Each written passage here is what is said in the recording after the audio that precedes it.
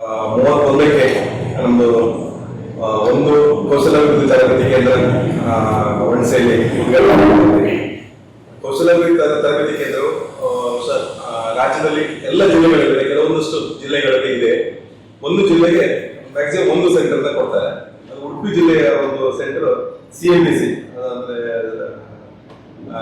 Community management training centre ಅಂತ CMDC ಅಂತ ಹುಣಸೆಗೆ ಕೊಟ್ಟಿದ್ದಾರೆ. ಅದನ್ನ ನಾಡು ನಮ್ಮ ಉಡುಪಿ ಜಿಲ್ಲಾ ಉಸ್ತುವಾರಿ ಸಚಿವರು ಲಕ್ಷ್ಮೀ ಹೆಬ್ಬಾಳ್ಕರ್ ಅವರು ಒಂದು ಇನಾಗ್ರೇಷನ್ ಅನ್ನ ಮಾಡ್ತಾ ಇದ್ದಾರೆ.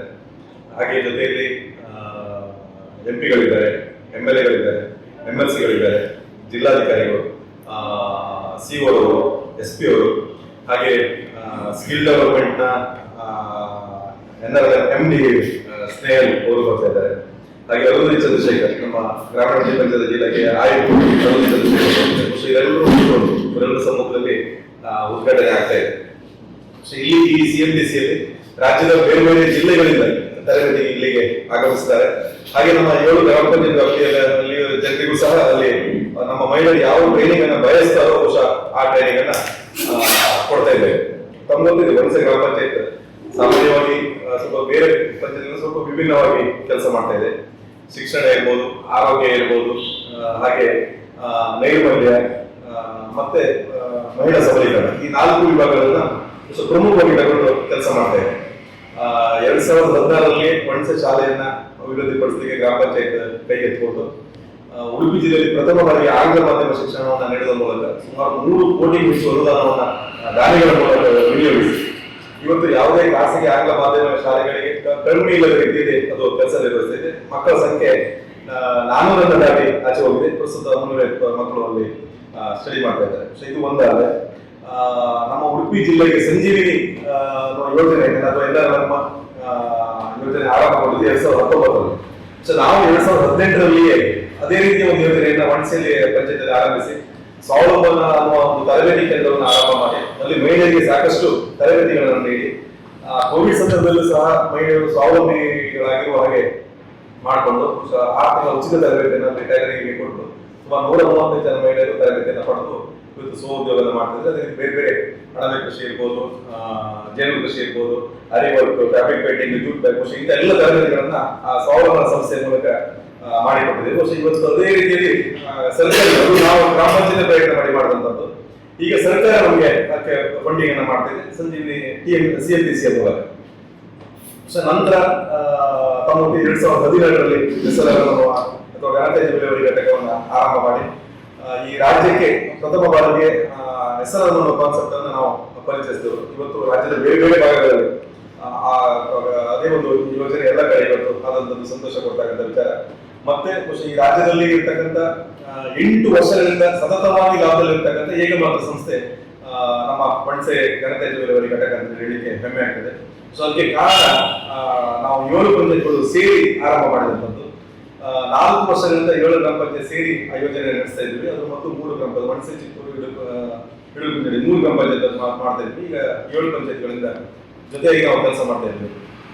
ಯಾವಾಗ SLM ಸಕ್ಸಸ್ ಆಯ್ತು ಅಥವಾ ರಾಜ್ಯ ಅಥವಾ ದೇಶ ಮಟ್ಟದಲ್ಲಿ ಗುರುತಿಸಲ್ಪಟ್ಟು ಅದ ನಂತರ ಇದೇ 7 ಪಂಚಾಯತ್ ಕಾಂಬಿನೇಷನ್ ಅನ್ನ ನಾವು ಬಳಸಿಕೊಂಡು ಇನ್ನಷ್ಟು ಕೆಲಸ ಮಾಡಬೇಕನ್ನೋ ಆಲೋಚನೆಯನ್ನು ಮಾಡಿಕೊಂಡು ಪ್ರಸ್ತುತ ಪರಿಸ್ಥಿತಿ ಅಧ್ಯಯನ ಮಾಡಿ ಉಪಶಮನ ಆರೋಗ್ಯ ಕೇಂದ್ರವನ್ನು ಆರಂಭ ಮಾಡಬೇಕು ಅನ್ನೋ ಆಲೋಚನೆಯನ್ನು ಮಾಡಿಕೊಂಡು ಹೊಸದಾಗಿ ಈ ಒಂದು ಯೋಜನೆಯನ್ನ ನಾವು ಈಗಾಗಲೇ ಹಮ್ಮಿಕೊಂಡಿದ್ದೇವೆ. ಸೆಪ್ಟೆಂಬರ್ 1ರಿಂದ ಈಗಾಗಲೇ ಸಂಸ್ಥೆ ಕಾರ್ಯನಿರ್ವಹಿಸ್ತಾ ಇದೆ. ನಾವು ಈಗಾಗಲೇ ನಮ್ಮ ನಿರ್ಣಯ ಸೊಸೈಟಿ ಅಂತ ಫಾರ್ಮೇಷನ್ ಮಾಡ್ಕೊಂಡಿದ್ದೇವೆ. 7 ಗ್ರಾಮ ಪಂಚಾಯತ್ಗಳ ಅಧ್ಯಕ್ಷರು, ಉಪಾಧ್ಯಕ್ಷರು, PDO ಆ ಸೊಸೈಟಿ ಇದ್ದಾರೆ. ಹಾಗೆ 4 ಜನ ಆ ಫೀಲ್ಡ್ ಅಲ್ಲಿ ಎಕ್ಸ್ಪರ್ಟ್ ಆಗಿರ್ತಕ್ಕಂಥವ್ರು ಡಾಕ್ಟರ್ಸ್ ಅವರೆಲ್ಲ 4 ಜನ ಮತ್ತು ಒಬ್ಬರು ಡೋನರ್, 3 ಜನ ಡಾಕ್ಟರ್ಸ್ ಮತ್ತು ಒಬ್ಬರು ಡೋನರ್ ಸದಸ್ಯರಾಗಿದ್ದಾರೆ. ಹಾಗೆ 2 ಸಂಘ ಸಂಸ್ಥೆಗಳು, ಒಂದು ರೋಟರಿ ಮತ್ತು ಒಂದು ನಮ್ಮ 2 ಸಂಸ್ಥೆಯನ್ನ ಆ ಫೀಲ್ಡ್ ಅಲ್ಲಿ ಸ್ವಲ್ಪ ಎಕ್ಸ್ಪರ್ಟ್ ಆಗಿ ತಗೊಂಡಿದ್ದೇವೆ. ಹಾಗೆ CO ಇರ್ಬೋದು, ಜಿಲ್ಲಾ ಪಂಚಾಯತ್ನ CO ಇರ್ಬೋದು, DHO, ತಾಲೂಕಿನ EO, ಇವರೆಲ್ಲ ಅಡ್ವೈಸರಿ ಪ್ಯಾನಲ್ ಅಲ್ಲಿ ಇರ್ತಾರೆ. ಇವೆಲ್ಲ ಸೇರ್ಕೊಂಡು ಒಂದು ನಿರ್ಣಯ ಸೊಸೈಟಿ ಅಂತೇಳಿ ಫಾರ್ಮೇಷನ್ ಮಾಡ್ಕೊಂಡಿದ್ದೇವೆ. ಈಗಾಗಲೇ ನಾವು 2 ಫಿಸಿಯೋಥೆರಪಿಸ್ಟ್ ಅನ್ನ ಅಪಾಯಿಂಟ್ಮೆಂಟ್ ಮಾಡ್ಕೊಂಡಿದ್ದೇವೆ, 2 ಸ್ಟಾಫ್ ನರ್ಸ್ ಅನ್ನ ಅಪಾಯಿಂಟ್ಮೆಂಟ್ ಮಾಡ್ಕೊಂಡಿದ್ದೇವೆ, ಒಬ್ರು ಕೌನ್ಸಿಲರ್, ಒಬ್ರು ಅಟೆಂಡರ್ ನ ನೇಮಕ ಮಾಡ್ಕೊಂಡಿದ್ದೇವೆ. ಮಾಡಗಡೆ ಕೃಷ್ಣಮೂರ್ತಿ ಮಂದಿರ ಒಂದು ಆಂಬ್ಯುಲೆನ್ಸ್ ಅನ್ನ ಡೊನೇಷನ್ ಆಗಿ ನಮ್ಮ ಸೊಸೈಟಿಗೆ ಕೊಟ್ಟಿದ್ದು. ಹಾಗೆ 2 ವೆಹಿಕಲ್ ಅನ್ನ ನಾವೀಗಾಗಲೇ ಹೈರ್ ಮಾಡ್ಕೊಂಡಿದ್ದೇವೆ. 2 ತಂಡವಾಗಿ ಫೀಲ್ಡಿಗೆ ನಮ್ಮ ಸ್ಟಾಫ್ ಹೋಗ್ತಾ ಇದ್ದಾರೆ. ಪ್ರತಿಯೊಂದರಲ್ಲೂ ಒಂದು ಸ್ಟಾಫ್ ನರ್ಸು, ಕೌನ್ಸಿಲರ್ ಹಾಗೆ ಫಿಸಿಯೋಥೆರಪಿಸ್ಟ್ ಟೀಮ್ ಇರ್ತಾರೆ. ಮನೆ ಮನೆಗೆ ಹೋಗಿ ನಾವು ಕೇರ್ ಕೊಡಬೇಕಾಗೋದು ನಮ್ಮ ಒಂದು ಕಾನ್ಸೆಪ್ಟ್. ಮುಂದೆ 2 ವರ್ಷಗಳ ನಂತರ ನಾವು ಗ್ರಾಮ ಪಂಚಾಯತಿನ 1.5 ಎಕರೆ ಜಾಗವನ್ನ ಈಗಾಗಲೇ ಗುರುತಿಸಿ ನಮ್ಮ ನಿರವಯ ಸೊಸೈಟಿಗೆ 30 ವರ್ಷಕ್ಕೆ ಲೀಸಿಗೆ ಪಡ್ಕೊಂಡಿದ್ದೇವೆ. ಅದರಲ್ಲಿ ಸುಮಾರು 4.5 ಕೋಟಿಯ ಒಂದು ಪ್ಲಾನ್ ಅನ್ನ ಮಾಡಿಕೊಂಡು ಅಲ್ಲಿ ಕಟ್ಟಡದ ಆದ ನಂತರ ನಮ್ಮ ರೋಗಿಗಳಿದ್ದಾರೆ ಅಥವಾ ಫಲಾನುಭವಿಗಳಿದ್ದಾರೆ ಅವರನ್ನು ಅಲ್ಲಿ ಕರೆತಂದು ಟ್ರೀಟ್ಮೆಂಟ್ ಮಾಡ್ತಕ್ಕಂಥ ವ್ಯವಸ್ಥೆಗೆ ಮುಂದಿನ 2 ವರ್ಷ ಬಿಟ್ಟು ಹೋಗುವ ಆಲೋಚನೆಯನ್ನು ಹಾಕೊಂಡಿದ್ದೇವೆ.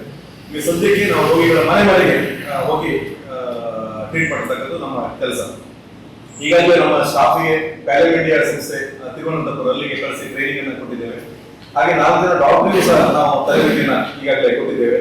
2 ವಾಲಂಟಿಯರ್ಲಿ ನಮ್ಮ ಪ್ರೈವೇಟ್ ಡಾಕ್ಟರ್ಸ್ ಇದ್ದಾರೆ, 2 ಡಿಪಾರ್ಟ್ಮೆಂಟ್ ಡಾಕ್ಟರ್ಸ್, 4 ಜನ ಡಾಕ್ಟರ್ಗೆ ತರಬೇತಿ ಎಮರ್ಜೆನ್ಸಿಯನ್ನು ಡಾಕ್ಟರ್ ಹ್ಯಾಂಡಲ್ ಮಾಡ್ತಾರೆ ಮತ್ತು ಕಂಟಿನ್ಯೂಸ್ ಸರ್ವಿಸ್ ಅನ್ನ ನಮ್ಮ ಸ್ಟಾಫ್ ನೀಡ್ತಾ ಇದ್ದಾರೆ. ಇದು ಕರ್ನಾಟಕ ರಾಜ್ಯದಲ್ಲಿ ಪ್ರಥಮ ಬಾರಿಗೆ ಅನುಷ್ಠಾನ ಆಗ್ತಾ ಇದೆ.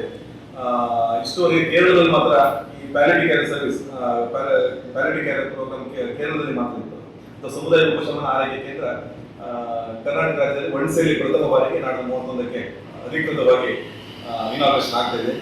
ಸಚಿವರೇ ಬಂದು ಇನಾಗ್ರೇಷನ್ ಮಾಡ್ತಾ ಇದ್ದಾರೆ.